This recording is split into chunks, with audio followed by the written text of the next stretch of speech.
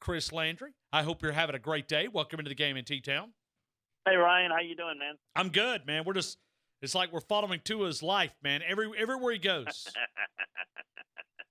Yeah, imagine that it is. That next Saturday can't come soon enough for you and everybody else involved, but that is certainly a pivotal a pivotal factor in it. There's no question about that.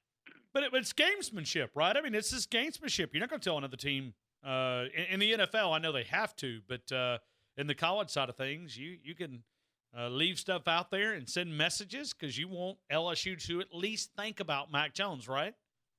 Yeah, well, look, I mean, you do that. Shoot, even in the NFL, you got to put a guy on a designated probable or whatever, but it doesn't. You don't have to decide who you're going to start, and certainly you have a lot of game time decisions. In this case, there's no doubt about it. Listen, I don't think it's an issue. I can tell you that LSU's preparing for Tua. You've got to prepare for Tua, and the game plan's not going to change. It'll be easier. I mean, they're not going to ever say it, but it'll be easier if Tua's not playing. But they're preparing for the hardest, the best of Alabama, and that's with Tua. So, that's how they're going to approach it. So it's not going to really affect their preparation of what they do. Certainly, if it turns out to where he doesn't play, then obviously it's going to be a little bit more run focused. But they're going to be prepared for that, and it's not going to change what they play. It may have changed a little bit of what they call defensively if Mac is in there as opposed to Tua. But yeah, it's gamesmanship. I think the reality is the real key is, does he get the game reps in practice? Everyone talks about it and thinks about, quarterback, and even a really good one. Well, he's got this week, he's got next week. Well, he doesn't have next week to heal. I mean, he's got to practice next week, and he's got to rehab, and he's got to deal with it. But you're going to have to practice to be as sharp as you need to be on game day, regardless whether you're Tom Brady or Peyton Manning or Drew Brees or Tua or anybody else. So, everything that I heard, that it's not as bad as it was last year, and it's not the push-off foot. So I'd be beyond shocked if he didn't play. And I think they probably, I don't see any scenario where he doesn't play. I just don't know how effective he's going to be, but my guess is, if I had to guess, he's going to play and he's going to be very effective. Chris, let's go back to Arkansas. What'd you take from Mac Jones? I thought the young man really answered the call. He looked good in the things that they wanted him to do. Obviously, there are a lot of high percentage passes and what he was comfortable doing, but I thought he played well. What'd you think? Got the ball out quickly by design. That's what they did. I thought he was sharp doing that. Listen, I think it's unfair to the young man to compare, him to Tua, because he's not Tua. They're different. But I think in terms of, it just goes to show you that, they can take a quarterback that's good like that, that's different, and they can still be effective. Now, it was Arkansas. God, what a bad team that is. Man, that is just hard to watch how bad they have been week in and week out. But in terms of Alabama doing and executing what they needed to do, listen, they've got great weapons. Get the ball out quickly, get it out on time, and you've got a chance to make a lot of plays. So, look, I mean, I don't think everything is completely dead if Tua can't play. It is probably the difference between them being, a championship caliber team or just a really good team. But he did what he needed to do. The work, I think, only helps give him confidence. We do know if anything happens, we always talk about, well, is Tua going to play? What happens if, he gets gimpy during the game? Well, this experience that Mac had, regardless of how much Arkansas is struggling, is only going to help his confidence level. And so that if he has to come into a game at any point the rest of the year, I think that he can call upon those experiences in a positive way. When you look at this LSU-Alabama game, the way that you evaluate games, and I always enjoy your insight, your analysis, when you're looking at this Alabama game and you're trying to match it up with who has the advantage, can you kind of walk us through some areas that you're focusing on this matchup with LSU and Alabama? it's hard not to get too far without saying, is Alabama's offense, is it going to be as sharp, the pass game? Is Tua going to be sharp? I have to go under the assumption that he is, because I can't really say, well, if he's 70% of what he is, I don't know. Here's the way I see it. I think Alabama will have success moving the football on LSU. I think Tua is so good at getting the ball out quickly. I think that LSU's secondary has got playmakers, but it is tough to defend all the weapons that Alabama has. And I think that Alabama will score. I think Alabama will score. I think they will score quite a bit. I think LSU will have success against Alabama. I think that Alabama's run game is a little bit better than LSU's run game, although if you look at it against Auburn and Florida, two good defenses, LSU was able to run the football, mainly with Clyde Edwards-Helaire. But I think there's a little bit of an edge offensively. The run game goes with Alabama to balance out maybe reducing some of the possessions. I think that the ability to play effectively in a 4-minute offense is going to be pivotal. I think getting points are going to come out of the passing game, are going to set up the points. But I think the ability to win is going to be about the ability to run the football and control the line of scrimmage to finish off the game. I think both defenses are vulnerable. I think both offenses are very good. I think that, just from the standpoint of experience, both, I think, have had enough big game experience, Alabama more. I don't think Joe Burrow, for example, is going to struggle in a big moment. In fact, I think he thrives in it. So I think it is really really a close game. It's unlike the last several years where people have tried to make this game something that it was not. I think Alabama's been better than LSU, and quite frankly, the thought of LSU winning it just doesn't really cross my mind the past several years. It just didn't have offensively the type of team that could score enough to beat Alabama. I think this team is good enough to do it. I don't know whether they will, but they're capable. And that's something that I haven't been able to say. So needless to say, I'm excited, and I'm hoping we see best on best, because I see it as an opportunity for the passing games to have some success. And obviously the run game and the defense is going to determine the outcome of it, because that's going to be the ability to, if you get a little bit of a lead, can you maintain possession? Can you kind of shorten the game a little bit? I think those things are going to be pivotal. I think I even said it even on one of my podcasts a couple of weeks ago that LSU's the team of the beat in the West, when Tua went down. But not based upon history, based upon, I think this LSU team right now has probably done a little bit more, has been a little bit more tested in big moments this year. I don't see a real favorite here. I really don't. If you just go into the fact that it's in Tuscaloosa and Alabama has won this game the past several years, and I would certainly look at Saban in a big-type matchup, maybe giving him an edge in most of the time. I think there's a little bit of an Alabama edge, but not enough for me to sit there and say, yeah, I really feel strongly that the game's going to go one way or the other. I don't know, and you just kind of alluded to it. We did at the beginning.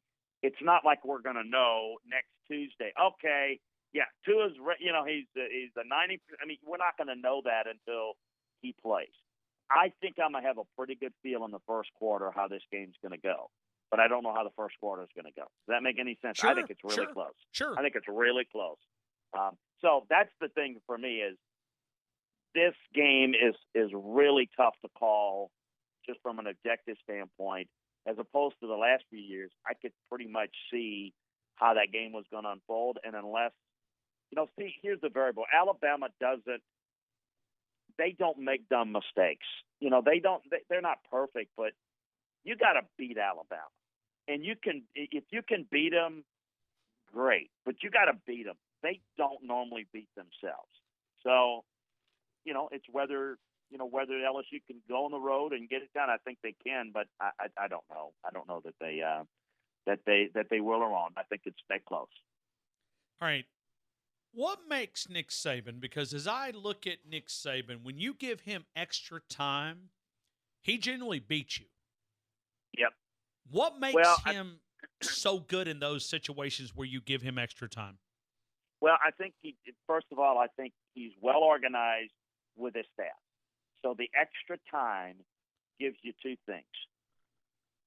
To install a couple of wrinkles that are what we call unscouted looks, so that when the team will sit there and line up, they will study every game, every snap of the season. Both teams will study the other. But what about the unscouted looks? And that's part of the Belichick background that we've all kind of come from. That, all right, give them some unscouted looks in all three facets. Something that's going to look a little different, or something that will look the same, but will do a little different things out of it. So he does that well. So it gives you some new wrinkles. And then he, I think that from just an overall organization standpoint, he makes it tougher by taking away what you do well and forcing you with your left hand, so to speak. So that's another thing that really comes from the Belichick background is, look, make it difficult for them by making them do what they don't want to do. We'll give them that because that's not their strength. They're going to want to go one direction. We want to make them go the direction they don't want to go. He does that a little bit better than most. He's got his preparation is impeccable. He gets and that's the key, is they have more good practices for bowl games and moments. Now, I realize they're always playing in meaningful bowl games that are basically playoff type, but it is not that easy to get guys to practice that well with that type of focus. And, Ryan, if you don't practice it well, it shows up in games. I mean, I'm telling you. And so he gets a great deal of focus. And I think the difference is there's a standard there with Alabama. Regardless who's the quarterback, regardless who's the coordinators, regardless of anything, they do it in a systematic way. I don't think this is an indicator, like, for example, of the two programs. Because I think Alabama's the standard. LSU just has a really good team this year. I don't know that we're going to see a repeat of this when Joe Burrow's gone, or if they lose one of the coordinators, then it kind of is we'll see how it plays out. But with Alabama, change coordinators, it's going to be pretty much the same look, the same preparation, and how they modify their different looks that they give you is quite challenging to prepare for. And they're very talented, and obviously they've got playmakers. You throw all that into the mix, you've got a real chance. I think that, for example, he had it in his mind against Clemson the year that basically the onside kick, they don't win that game if he doesn't make a couple of strategic moves because they couldn't stop him. He has those things ready, and he has an innate sense when to do it. I mean, he knew at halftime he needed to go to Tua. I don't know that everybody's able to do that. Somebody might take it into the third quarter and then make the decision, and maybe it's too late. He's got an intuitive quality that's really special. Chris, and this will be the final question, I promise. I won't Tua you to death. But the way that Tua throws the football, he gets a lot from his lower body. Does that change that injury, though? Is it make it more because he is a lower body thrower? Well, a little, but it's not the push-off foot, okay. It shouldn't be as bad as last year. Here's where I think that – listen, the answer to your question is it could have an effect. I don't know how much. It depends upon how painful, how sore. My guess is that it'll be healed enough and the swelling will be down and, some magic juice and all that it won't be an issue. That's my guess. But sometimes there's the footwork, the ability to use those pitter-patter feet to kind of square up.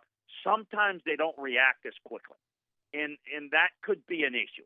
That's where your accuracy comes from too.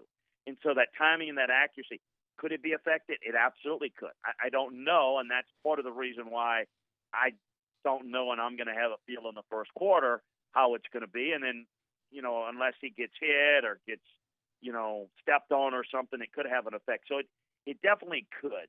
But it shouldn't be as bad as last year because that was the push-off. But I think the biggest issue is going to be his ability to slide around. Is that going to be affected? And again, I don't know the answer, but his ability to kind of, not necessarily the quick drop, quick release stuff, but the sliding and the play extensions, the wheel around pressure and then find a guy in a charge route. Is he going to be as effective doing that? Again, I don't know. Chris, let's spend some time outside. Georgia, Florida this weekend. What do you think? When you look at this game this weekend down in Jacksonville, which way are you leaning when you're breaking down the game? Well, at the beginning of the season, it just tells you how we don't know and we have a feeling, but it's just based on personnel. It looked like Georgia was, clearly the better team. I don't see it that way now. I think this is a close game. Unless there's mistakes that always can separate the game one way or the other. But I like Florida's chances better than I did at any point, in the early part of the season, because I worry a little bit about Georgia's ability to make enough plays in the passing game. I think they'll run it well. I think they'll play good defense, but can they make enough plays? I think Dan Mullen's going to be really aggressive. I think Kirby's going to be a little more on the conservative side. That's by nature, and it's also by how their team is built. So I expect it to be pretty close. And I'm going to be honest with you, I don't know. I am working on it for the website. I'm going to put a prediction in there, but it's that close in my mind. It's not as simple as Georgia has the more 5 stars. They do have more overall talent. But what they have not done very effectively is the receivers haven't gotten off of coverage very well. So the quarterback play hasn't been as good as a result. Sometimes the protections break down because the receivers are not ready for the ball, and that needs to be cleaned up. If it's cleaned up, then I think Georgia's got more weapons and should win. If they don't, Florida's going to have both their defensive ends back.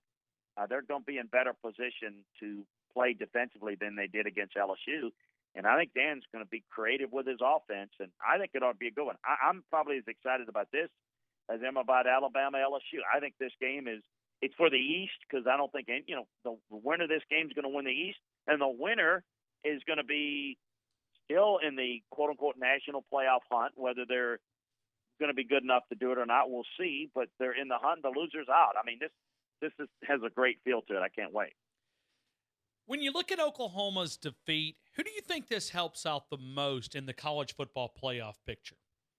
The loser of LSU, Alabama, and the loser of Penn State, Ohio State. Okay. I think those two teams that don't make their conference championship game are in decent position to get that spot. And who it's going to be, it's going to depend on who it is. LSU's got a good body of work. So if they lose to Alabama in the close one, I could see them getting the nod probably over Penn State if Penn State loses to Ohio State. But I think it's those two teams. I think both of them are going to be ahead of a potential one-loss Pac-12 champion, Oregon, and I think they would be ahead of a one-loss, Utah if they would have won it. I think that's where it shapes up at this point.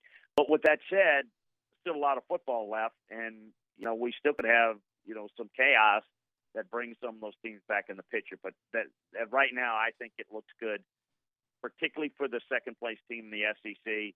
But I would not count out Penn State or Ohio State. Now, if there's a blowout in those games, the team that gets blown out is going to have a hard time, and that's going to be real fun to kind of follow it in. Chris, you're ahead of the curve. You have been saying this. You and I have been hooking up on this segment for 3 years, 3.5, 4 years. I mean, you've been featured here for quite a while. You've never been impressed with Gus's offense. a lot of people now are picking up on this with Gus's offense, and he's getting some strong criticism locally here in the state. National analysts are throwing it at him. This is the same thing that you've been saying for 3.5, 4 years, that it's not a good offense. But I think we're starting to – the world is now seeing it. They're a little bit late, but I think a lot of people are joining on with you that Auburn's offense is really, really bad. Well, when I study football, I'm not I don't care who wins, and I, my goal as a consultant is to try to help people whenever that's my role, and to analyze it. And I really feel bad because I think this is not a good Auburn defense. I think it's a great one. And I look at that. I look at Michigan State, which is even worse, and I think, it's really a shame to be, in the case of Michigan State, they're inept on offense. But in Auburn's case, they don't have a passing attack. It's one in which it's always going to be an issue because they can't really attack people from a passing game standpoint. All of their pass game success, when they have it, comes off a tempo in the run game. And so, a lot of it is, you're playing the wrong quarterback, and now Joey Gatewood's leaving, and now that's added to the Gus issues and discussions. But yeah, it is kind of frustrating from a football standpoint to see that they've not figured that out, and it's not Gus being stubborn as much as this is what Gus knows, and it happens a lot where guys they know what they know, and they're going to win it their way or lose it that way, and they get justified by in Gus's case, that's quite a big check they'd have to pay off for him, and that was something that I think they're looking at with a lot of frustration and how they're losing. And I've seen them kind of be undercoached for some time now, and I see some talent, and I see a really good defense that by fourth quarter, people are running it on them. They're on the field too much. Or just, I feel bad for those kids because that team has a lot of ability with a adequate offense. But just the way it's run, it's really tough. It's really tough to watch as a football guy to see them have that much struggle and not be able to fix it.